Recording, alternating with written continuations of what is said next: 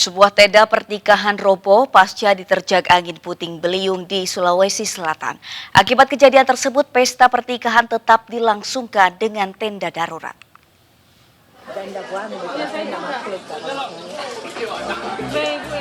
Inilah video yang viral di media sosial, kondisi sebuah tenda pengantin yang roboh usai diterjang angin puting beliung di Desa Anabanai, Kecamatan Pitu Riawa, Kabupaten Sidrap, Sulawesi Selatan. Tenda ini roboh sebelum berlangsungnya pesta pernikahan keempat mempelai pengantin di desa tersebut. Di lokasi kejadian, pesta pernikahan ini tetap dilanjutkan dengan menggunakan tenda darurat. Pihak keluarga dan warga sekitar bergotong royong mendirikan tenda darurat agar pesta pernikahan ini tetap berlangsung. Pihak keluarga pengantin mengatakan sebelum kejadian angin puting beliung ini tiba-tiba muncul disertai hujan deras dan langsung memporak-porandakan tenda pengantin ini. Jam 4,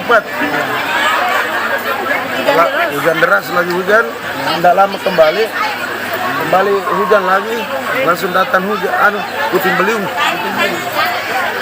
Sekitar 10 menit, roboh panggung dengan tenda depan rata dengan tanah.